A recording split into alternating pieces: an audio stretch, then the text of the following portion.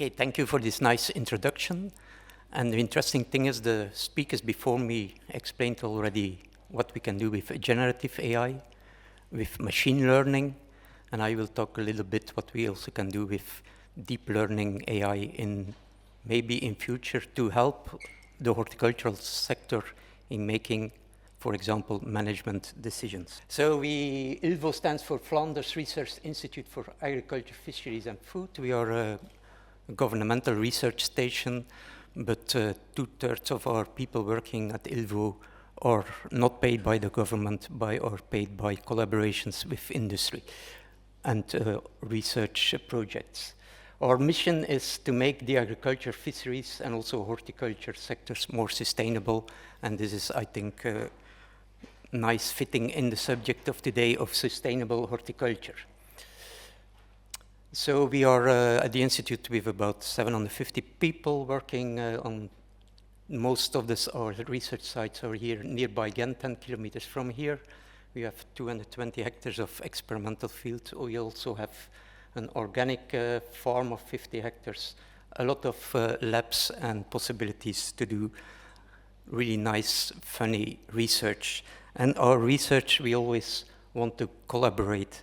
And this is really our DNA, or we want to implement research into the industry. And like Bruno Gobin earlier today showed, in ornamental, we have really a nice collaboration with going from fundamental research at universities to practical research at Via Verde, and ILVO is in between. We also want to incorporate in our research in an early stage the industry, and that's what we say, we want to doing co-creative research in what we also call our living labs. So industry is welcome at ILVO. Some general information. We are, of course, focusing on complete agriculture and food industry, the whole chain, but specifically on ornamentals, we are working on different topics. We have a large group working on genetics and breeding, including all modern technology like CRISPR-Cas, etc. We also have a large group working on plant health. We are, for Belgium, we have a diagnostic center where growers can come, and we also are the national reference lab for plant health in Belgium. We do a lot of plant physiological research, also modern growing systems like multi-layer systems. But for today, I want to talk a little bit what we are doing on implementation of technology and AI for production systems. When we talk about AI in floriculture, we can think on a lot of different possibilities. And I just summarize here the most interesting ones. AI can be used, we have a lot of sensors. Today, if you look to how our climate computers regulate the climate, they only use rather limited data over limited amount of sensors. But in future, this will be much more, the possibilities are much more where you can really control your climate in relation to what your plant really needs. The same for energy management into greenhouse. AI and crop and models can really enhance the efficiency of that. AI can be used for helping crop monitoring, disease detection. I will show later some examples. Precision agriculture. In agriculture, they are already far behind compared to horticulture. So precision irrigation, fertilization, crop protection, weed control. AI can help us for these kind of things. Also sorting, grading, supply chain management, quality assessment, stock control, all these kind of things, AI can help us. But it's all about data. If you don't have the right data, AI will not help your business. And these are one of the major challenges in horticulture, especially in the ornamental sector. It's that our nurseries are so diverse. So that means that data collection, if you want really to go to crop management and implementation in your crop management, data collection will come with a serious cost. Another challenge is that you need the education level of the personnel.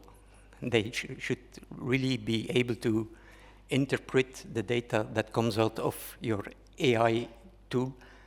And also important, the system should be robust, because in science and in research, a lot is possible, but the application in practice is really a hurdle.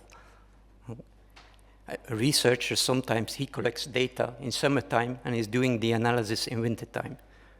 In a business, you collect data now and you want the result within 10 minutes from now. So that's a big gap. And it's, but we are working on that. Now some practical examples, and I will mainly focus on the collection of imagery data to support management decisions. And many of the examples are done with pictures made by drones, but you can also think about other systems where cameras move with on the water supply systems or something like that. But just to show how it works, if you fly with a drone is not making a movie. A drone is making different pictures. So when you fly above your nursery, 2 hectares, for example, your drone takes hundreds of pictures. So the first step is that all these pictures should be connected to one picture so that you get what it's called there an orthomosaic. So you get one picture of your nursery. And so it's with stitching, it's with computer programs, not with AI, it's just making of the puzzle of different pictures. You make one picture, so you get an orthomosaic of your nursery. At the same time, you also collect data, what's called the digital elevation model. It's in fact, it's a picture where it says how large your plant or your object is from 0. So that's not with AI, it's just, but what can you take out of this? So from your orthomosaic, imagine a picture, 2 hectares, 100,000 plants on it. The canopy high model, just say what's the height of the different pixels that you see on the picture.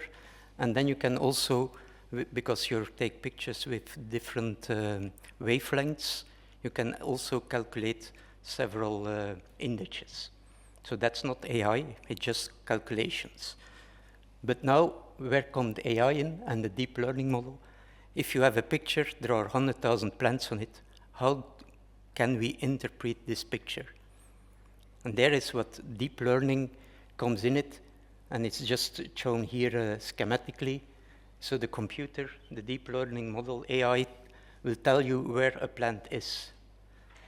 On such a picture here, you can easily say, yeah, that's not difficult, but if you see a picture on your screen where 200,000 plants on it, I can prove you cannot see the individual plants anymore. But the AI, the deep learning model, can calculate from the height where the plant is, where the individual plant is. So he can indicate there is the individual plant. The next step is that he can draw a mask around the individual plant. So you really know the exact position of the individual plant and how it looks like. And once you have these kind of data, you can do different things. You can, for example, you can measure diameters or volumes, or you can look to diseases or stresses. So the AI model really learns itself how to extract from a picture the real data where you can do something with. And here is an example. You see a picture of a chrysanthemum field. Some 10,000 of individual plants are there. The AI model can extract the individual plants. It can do measurements, can say, it can measure the diameter, also color, and then it can, and that's the final aim, that you come with data where grower can make decisions on it. For example, you want to see an overview. In this case, it's rather easy. What's how many plants with a certain diameter are on this field? That's quite easy. But you can, the next step is that you can also use this system to see if plants are stressed or if there is a problem with your water system. Before your real eye, you will see the problem. With these kind of systems, you will see it much earlier. Here there is an example on the top. It's a field of azalea where there was a problem with stress due to the pH of the substrates. And you say, okay, that's very easy. I see it, yellow leaves. And of course, in the camera also see it. And the AI model can say, okay, there are plants with a different color. That's easy. The advantage is you can also look to multispectrum infrared images, and there you can see you see the real image, the multispectral image. You see, okay, I have a problem. These plants are stressed. That's nothing new, but the big advantage is the model can also say, oh, there are other plants where you don't see it visually, but that are already coming into a stress.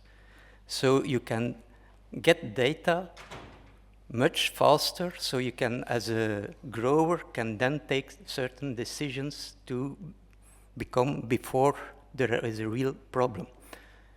The same can be done for diseases or water problems. If there is a nozzle that doesn't sprinkle anymore, maybe you have to wait 2 weeks before you see it. But with these kind of systems, you can see it quite maybe after 2 days, after 3 days. That's one example. Another example where these kind of images can be used is, for example, here in a forest tree production nursery. If they sow out in springtime, they want to know as quick as possible how many plants will come up so that they can have a prognosis on what will be for sale next year. When, with a drone, you fly over the field, and it can really find the individual plants and can count what's the emergence of the seedlings. Another thing that you can do is that you take in different steps the images, and then you can draw. You can get how the plants develop. This kind of information next year or 2 years later, 3 years later, can be used to make crop models so that you know as a grower, okay, normally I should be at this point today, but now this year I'm not yet there, so you can make, again, management decisions, for example, to give more fertilizer or more water or something else. So these kind of things is really possible in near future to be really used in a nursery.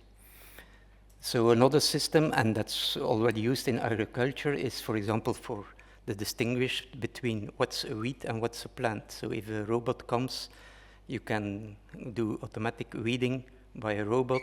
It's also based on these kind of AI models. Another example, what we are developing is how can we easily detect a pest on a sticky plate? Every nursery uses sticky plates, but everybody has to go to look if there is a real pest or not. We develop with our colleagues of Via Verde systems using AI so that we can detect with a camera system if there is a pest present or not, and not even at the genus level, but also at the species level, because sometimes, for example, in thrips or whitefly, it's the species that is important and not the genus. That you don't want to know there is a whitefly, but you want to know which species of the whitefly is present on your sticky plate. Now, you can develop these kind of things and train the AI model, but at the same time, we're also looking, can it be in practice, how? Because if you need a camera that's expensive to have a very clear, detailed image, then it's not working in practice. So we are looking on to train these kind of models that also with a very cheap camera you can see the difference between the different insects that are on the sticky plate. And you see there by eye.